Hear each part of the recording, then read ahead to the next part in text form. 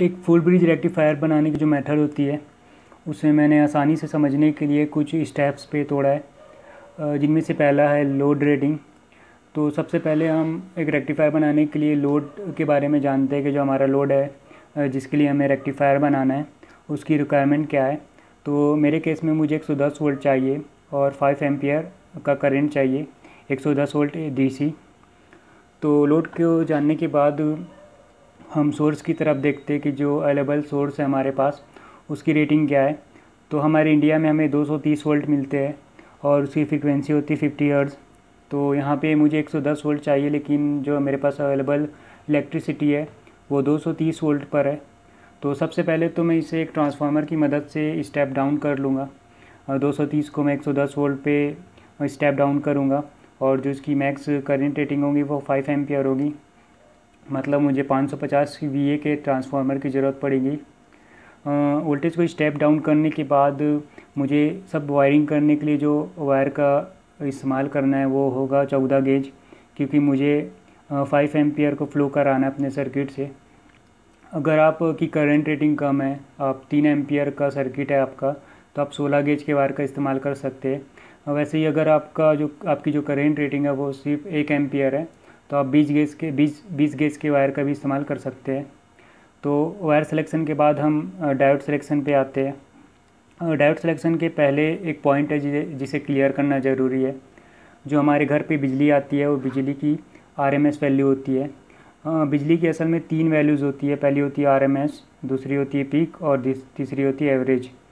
हमें अपने रेक्टिफायर के कैलकुलेशन के लिए पीक वैल्यू की ज़रूरत है, इसलिए सबसे पहले मैं 110 वोल्ट की पीक वैल्यू निकाल लूँगा। इसके लिए मुझे 110 वोल्ट को डिवाइड करना पड़ेगा 0.707 से।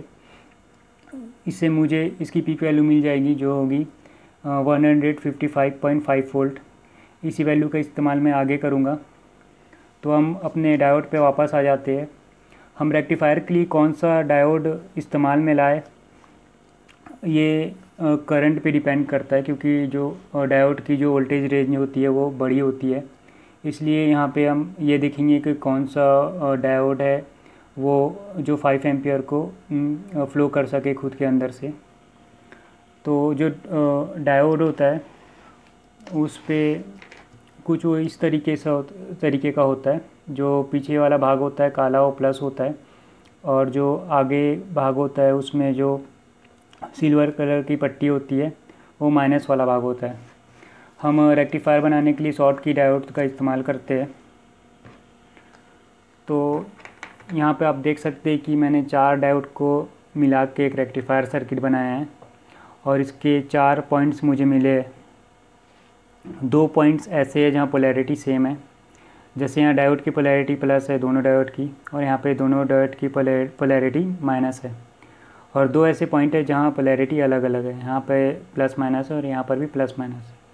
जहाँ अलग अलग है वहाँ से हम AC फीड कराते हैं, और जहाँ एक जैसी पोलैरिटी वहाँ से हमें DC आउटपुट मिलता है। जैसे यहाँ माइनस है तो यहाँ से हमें प्लस मिलेगा, और यहाँ प्लस है तो यहाँ से हमें माइनस मिलेगा, और यहाँ माइनस है तो यहाँ से हमें DC का प्लस मिलेगा। तो यहाँ पर मेरे पास कुछ रेक्टिफायर सर्किट है जिन्हें मैंने खुद डायोड्स की मदद से बनाया है, और कुछ है जो रेडीमेड है, जैसे कि ये 3। तो इनकी जो करंट कैपेसिटी है वो अलग अलग है। जैसे सबसे छोटा वाला रेक्टिफायर सर्किट है मेरा, इसकी जो करंट कैपेसिटी है वो सिर्फ 1 एम्पियर है, और इसका जो वोल्टेज ड्रॉप होता है सिंगल वायर डायोड पर वो है 0.7 वोल्ट। और ये थोड़े बड़े डायोड से मिलके बना हुआ रेक्टिफायर सर्किट है। इसकी जो करंट कैपेसिटी है वो 2 एम्पियर है, और इस बड़े वाले डायोड से बने हुए रेक्टिफायर सर्किट की जो करंट कैपेसिटी है वो 4 एम्पियर है। इनकी जो वोल्टेज रेंज है वो लगभग एक ही है, 700 से 800 वोल्ट्स। जो ये रेडीमेड जो डायोड्स है मेरे पास 2 रेक्टिफायर डायोड, तो इनकी भी जो करंट कैपेसिटी है वो इस बड़े वाले के बराबर है, और जो इनका वोल्टेज ड्रॉप है वो है 1 वोल्ट से 1.5 वोल्ट तक। क्योंकि इन सब की जो करंट रेटिंग है वो मैक्स 4 एम्पियर है इन तीनों की, लेकिन मुझे जो चाहिए वो 5 एम्पियर चाहिए, इसलिए मैं इस बड़े वाले रेक्टिफायर सर्किट का इस्तेमाल करूँगा। इसकी जो करंट कैपेसिटी है वो 50 एम्पियर है, और जो वोल्टेज कैपेसिटी है वो 1000 वोल्ट है, और जो इस पर वोल्टेज ड्रॉप होता है वो सिर्फ 1 वोल्ट है। इसलिए मैं इस रेक्टिफायर का इस्तेमाल करूँगा अपने रेक्टिफायर को बनाने के लिए। अब डायोड के सिलेक्शन के बाद हम कैपेसिटर देखते हैं कि कितने कैपेसिटी और कितने वोल्ट का कैपेसिटर हम अपने सर्किट में लगाएं। तो इसके लिए एक छोटा सा फार्मूला होता है जहां कैपेसिटर की कैपेसिटी इक्वल होती है current multiply by T upon V. तो यहाँ करंट वो करंट है जो हमें चाहिए, जो मेरे केस में 5 एम्पियर है, और जो ये टाइम होता है ये वो टाइम होता है जब हाफ साइकिल पूरी होती है। जैसे कि ये मेरी एसी वेव है, ये मेरा एसी करंट है जहाँ पर वोल्टेज है वो प्लस में होता है, फिर जीरो होता है, फिर माइनस में होता है, इस तरीके से प्लस माइनस होते रहता है। हम एक रेक्टिफायर का जब इस्तेमाल करते हैं तो जो हमें आउटपुट मिलता है वो कुछ इस तरीके से होता है। यहाँ पे आप देख सकते हैं कि करंट की जो डायरेक्शन है वो तो एक ही है, लेकिन जो करंट की वोल्टेज की वैल्यू है वो ज़्यादा कम हो रही है। जैसे कि यहाँ पे बढ़ रही है, फिर कम हो रही है, बढ़ रही फिर कम होती है, लेकिन हमें कांस्टेंट वोल्टेज चाहिए, इसलिए हम कैपेसिटर का इस्तेमाल करते हैं। यहाँ पर आप देख सकते हैं कि एक ऐसा टाइम है हाफ साइकिल पे जहाँ वोल्टेज की वैल्यू 0 है। ये वही टाइम है जो यहाँ मैं लिखा हूँ, क्योंकि ये फुल ब्रिज रेक्टिफायर है इसलिए जो इसका टाइमिंग आती है वो 10 मिलीसेकंड आती है। अगर मैं एक सिंगल ब्रिज रेक्टिफायर होता, सिंगल डायोड रेक्टिफायर होता, उसके लिए मैं यहाँ पे 20 मिलीसेकंड लेता। तो यहाँ क्योंकि मेरा फुल ब्रिज रेक्टिफायर है इसलिए मैंने 10 मिलीसेकंड लिया है।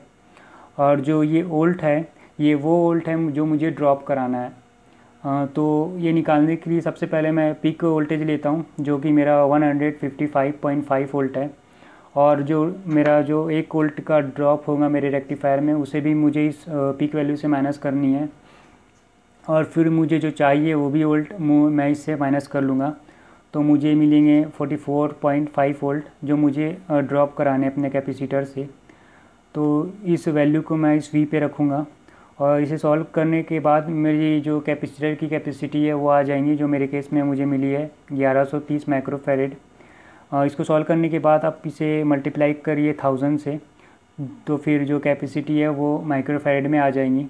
तो मुझे 1123 माइक्रोफैरेड का कैपेसिटर चाहिए अपने रेक्टिफायर के लिए। तो फिर जो बात आती है वोल्टेज की कि कितने वोल्टेज का कैपेसिटर मुझे लगाना है, तो इसके लिए मैं पीक वैल्यू देखूंगा, क्योंकि जो मेरी वोल्टेज रेंज है वो ज़्यादा है। तो मैं इससे अपना रेक्टिफायर का वोल्टेज ड्रॉप नहीं करूंगा, क्योंकि वो उतना मायने नहीं रखता। अगर मैं कम वोल्ट का बना रहा होता यहाँ पे रेक्टिफायर जैसे 12 वोल्ट का, तब मैं अपना वोल्टेज ड्रॉप इससे माइनस करता। लेकिन मुझे 155.5 वोल्ट का कैपेसिटर चाहिए जिसकी कैपेसिटी होगी 1123 माइक्रोफैरेड। और जब मैं मार्केट में इस वैल्यू का कैपेसिटर लेने जाऊंगा तो वो मुझे नहीं मिलेगा, क्योंकि कैपेसिटर हमेशा राउंड फिगर में आते हैं, और कैपेसिटर हमेशा हम अपने सर्किट पे उसकी वैल्यू से ज़्यादा लगाते। मतलब जो वैल्यू का कैपेसिटर मुझे चाहिए मैं हमेशा उस वैल्यू से ज़्यादा वैल्यू का कैपेसिटर लगाऊंगा। तो मुझे 155.5 वोल्ट की ज़रूरत है तो मैं 200 माइक्रोफैरेड का कैपेसिटर लगाऊंगा, और कैपेसिटी 1123 माइक्रोफैरेड है तो मैं कोशिश करूंगा कि इससे थोड़े ज़्यादा कैपेसिटी का कैपेसिटर मैं अपने सर्किट में लगाऊं। तो मेरे पास एक कैपेसिटर है जिसकी वोल्टेज वैल्यू तो 200 है, लेकिन इसकी कैपेसिटी सिर्फ 560 माइक्रोफैरेड है। तो ऐसे मैं 2 कैपेसिटर का इस्तेमाल करूंगा अपने सर्किट में। तो इन 2 कैपेसिटर को मैं पैरेलल में यूज़ करूंगा। तो मैंने अपने कैपेसिटर सेलेक्ट कर लिए हैं, और मैंने अपना रेक्टिफायर सर्किट भी सेलेक्ट कर लिया है, और जो इस पर मैं जो वायर से वायरिंग करूंगा उस वायर का भी मैंने सेलेक्ट कर लिया है। अब बारी आती है और इंडक्टर की। तो रेक्टिफायर में इंडक्टर लगाना उतना इम्पोर्टेंट नहीं होता, आप नहीं लगाए भी तो काम चल जाता है। और इसके लिए जो कैलकुलेशन होती है एग्जैक्ट वो तो मुझे नहीं पता, क्योंकि इसे लगाना ज़रूरी नहीं है, इसलिए मैं एक नॉर्मल सा इंडक्टर लगा दूंगा। बस मैं ये ध्यान में रखूँगा कि जो इसमें जो वायर इस्तेमाल किया गया है वो ऐसा हो जिससे 5 एम्पियर की करंट फ्लो हो सके, और ये बहुत ज़्यादा बड़ा ना हो और उस पर बहुत ज़्यादा वायर की टर्न्स ना हो, ताकि मेरा वोल्टेज ड्रॉप ना हो। तो मैं इंडक्टर के लिए इस इंडक्टर का इस्तेमाल करूँगा, जिसे मैं रेक्टिफायर और कैपेसिटर के बीच सीरीज़ में लगाऊँगा। तो मैंने अपना इंडक्टर ले लिया है 110 वोल्ट और 5 एम्पियर के रेक्टिफायर को बनाने के लिए, और उसी हिसाब से मैंने कैपेसिटर भी ले लिए और मैंने रेक्टिफायर सर्किट का भी को भी चूज़ कर लिया है। तो मैं इसकी वायरिंग कर लेता हूँ, फिर इसके बाद हम इसे टेस्ट करेंगे कि ये काम कर रहा है कि नहीं। तो मैं जल्दी से इसकी वायरिंग कर लेता हूँ। मैंने अपने रेक्टिफायर के सारे कनेक्शंस कर लिए। साथ ही जो मैंने आपको पहले इंडक्टर दिखाया था, उस इंडक्टर के इस्तेमाल पे मैंने इस ज़्यादा सूटेबल इंडक्टर का इस्तेमाल किया है एक फ़िल्टर इंडक्टर के तौर पे। और इस रेक्टिफायर को मैंने हीट सिंक पे लगाया है ताकि गर्म होने पर ये ठंडा हो सके। बस मुझे यहाँ एक हाई वैल्यू का रजिस्टर लगाना है कैपेसिटर के पैरेलल में, ताकि नो लोड पे जो मेरे कैपेसिटर है वो अपने आप डिस्चार्ज हो सके, क्योंकि इन पर ज़्यादा एनर्जी स्टोर होती है, वो भी ज़्यादा वोल्ट पे, तो ये बहुत ज़्यादा ख़तरनाक हो सकते हैं।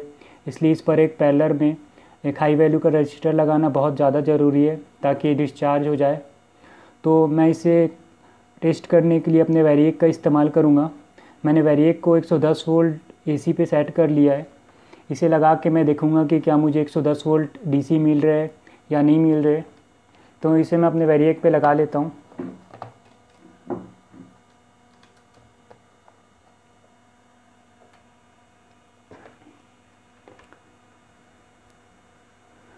तो मुझे 110 वोल्ट डीसी मिल रहे हैं। जैसे कि मैंने आपको बताया कि कैपेसिटर का डिस्चार्ज होना बहुत ज़्यादा ज़रूरी है। मैंने यहाँ पे डिस्चार्ज करने के लिए कोई रजिस्टर नहीं लगाया है, तो आप देख सकते हैं कि इस पर कितना ज़्यादा चार्ज स्टोर है। ये चार्ज आपको एक ज़ोरदार शॉक दे सकता है, इसलिए यहाँ पे रजिस्टर का इस्तेमाल करना बहुत ज़्यादा ज़रूरी है। तो ये मेथड थी कि आप किस तरीके से एक फुल ब्रिज रेक्टिफायर बना सकते हैं।